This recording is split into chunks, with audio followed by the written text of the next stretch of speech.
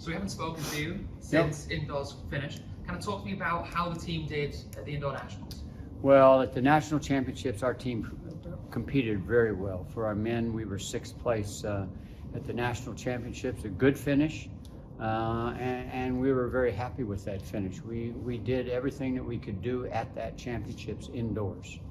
Our ladies were prepared, and we did very well except for one event, and that one event moved us from probably 6th or 7th down to about 13th or 14th. So we were ready. One person wasn't ready, and it resulted in us moving down. But besides that, I was very pleased with the efforts. I was pleased with our performances. This team moves well out of indoor into nationals, into outdoor nationals now. There's just a couple of performances I want to touch on specifically. So Ahmad, first of all, 44.91 400.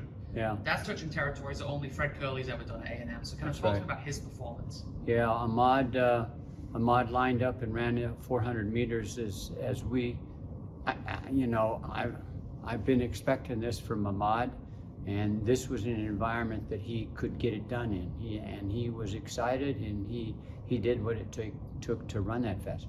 Ahmad's a talented young man, and there's no telling where he's going to go from here because he has great speed, and he's just learning how to run the 400 meters. He really is. He's really just learning how to do some things. And we put together a race plan right before the meet with knowing who was in his heat and in the final. And it worked right, and he ran right around that oval with the guy who had just set the world record the week before. So he ran a very, very good race, and it bodes well for him moving outside. 4x4 ran very fast, got beat right at the wire, and then that team got disqualified because they should have been disqualified for what they did. So we really won the heat, but we ran well. We're performing well. The guys are doing a good job. Lamara looked very, very good. She jumped high. Anytime, sometimes you have your absolute best performance, and then a week later, you may not be prepared to do that again. That's just the way it happened. Or 10 days later. You're happy enough to what you just did, and your efforts sometimes suffer as a result. But Lamara just got beat by a great competitor, and that sets her up well for jumping outside. So this will only be a positive for Lamara. So obviously talking about outside, instantly the next day after Nationals, on a plane to Puerto Rico, kind of talk to me about that training week and then obviously leading into competition, because we had a couple marks which are just really outstanding for season openers. Yeah, and the reason to go down there, I took a team down there 10 years ago.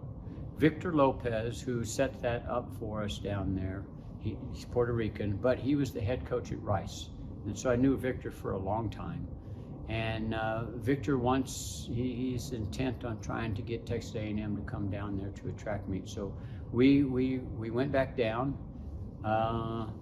The competition was not great. It was good enough though, and our team did what it took. That kind of competition. First outdoor meet was what I was kind of looking for. We had 85-degree weather. It was calm. We had a great day, and the training week was good. Any spring break starts your team kind of knowing each other and getting along with each other, and knowing, starting some camaraderie between groups, and that's important for us, and that's the reason we have a spring break. And then just a couple marks I really want to touch on. So Kamara in the 8 first, obviously 146.20 in a season opener, nation-leading mark. Yeah, big time run for Kamara, and he looked very good doing it. He's again, he's kind of like Ahmad. He's learning how to run 800 meters, and he just went out and blasted. I mean, he just went out and got after it and ran fast. And yeah, he's leading the country. And 146.0 is a tremendous run, no matter any time of the year. What's lost in that one, we had 2 guys run 149 right behind him. Those two guys ran very fast as well this early in the year. So I was pleased with that group as well, that 800-meter group. The other thing that happens there, Sam Whitmarsh is really a great half miler. And at this point, Sam has run just about exactly what Kimar has run now at 146.0. So, but Sam ran the 1500, and with 300 meters to go, it didn't look like Sam was going to be in the meet. And all of a sudden he wins the race and runs 344 something, and that's fast, especially running from where he did to where he went. It was a great recovery, and he did a good job. And then a couple of field events I want to touch on, obviously. Liana, javelin, 57 opener. Yeah.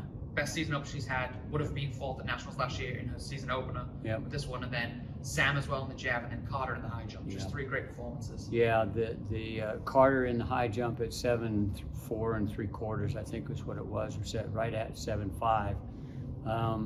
The good thing about that jump is not only is it his best jump, but I think it's going to set him up to be a better jumper even than that, because he got to look at the video, and the video at 7.5 he was over at 2 inches.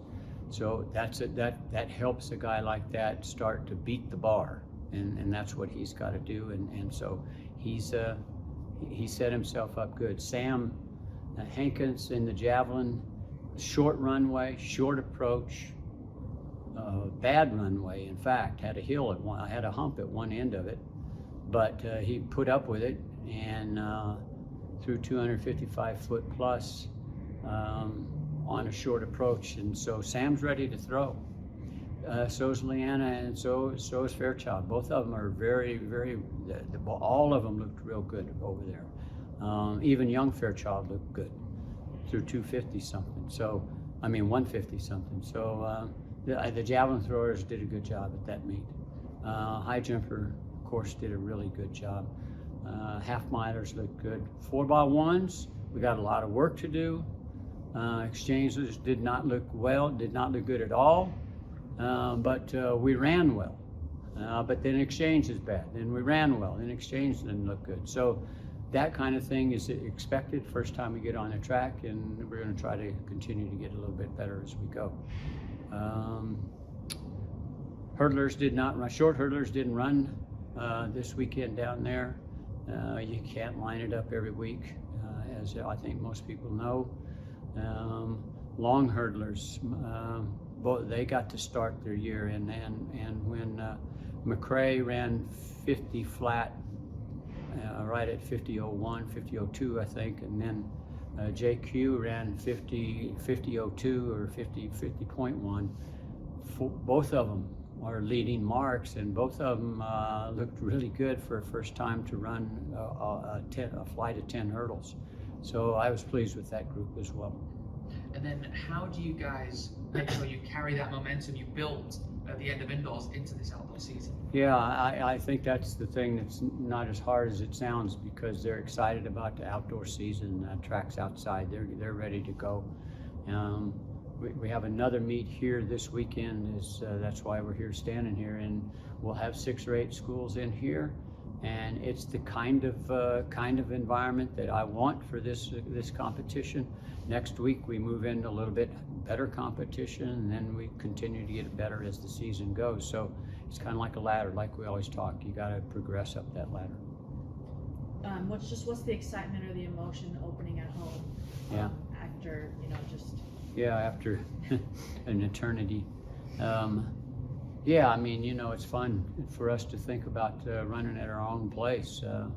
We just get things going at EB Cushing, and then we get to build another indoor facility, and that shuts us back down. And we were just getting our culture, just getting things going again, because we put on some big meets, we put on some great things happened here, and then we have to shut down for another almost 2 years, it seems like.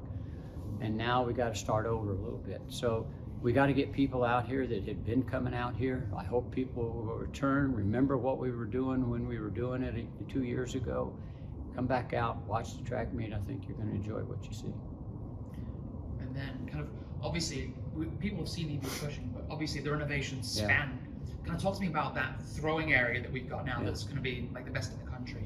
Yeah, nobody's got a throwing area like that, and I think when you come out here, you're going to be able to watch a throw different than you've ever watched a throw before, and that brings a different kind of a fan to the facility, because throwers sometimes are kind of put back over here, they're kind of outside.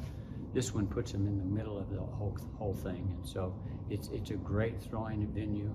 Then we have the indoor sitting over there that we will use for staging, and it'll be a blessing to be able to use that to do that as well. All good. All right. Awesome. Thanks, Thank you, guys. Coach. Thank Appreciate you.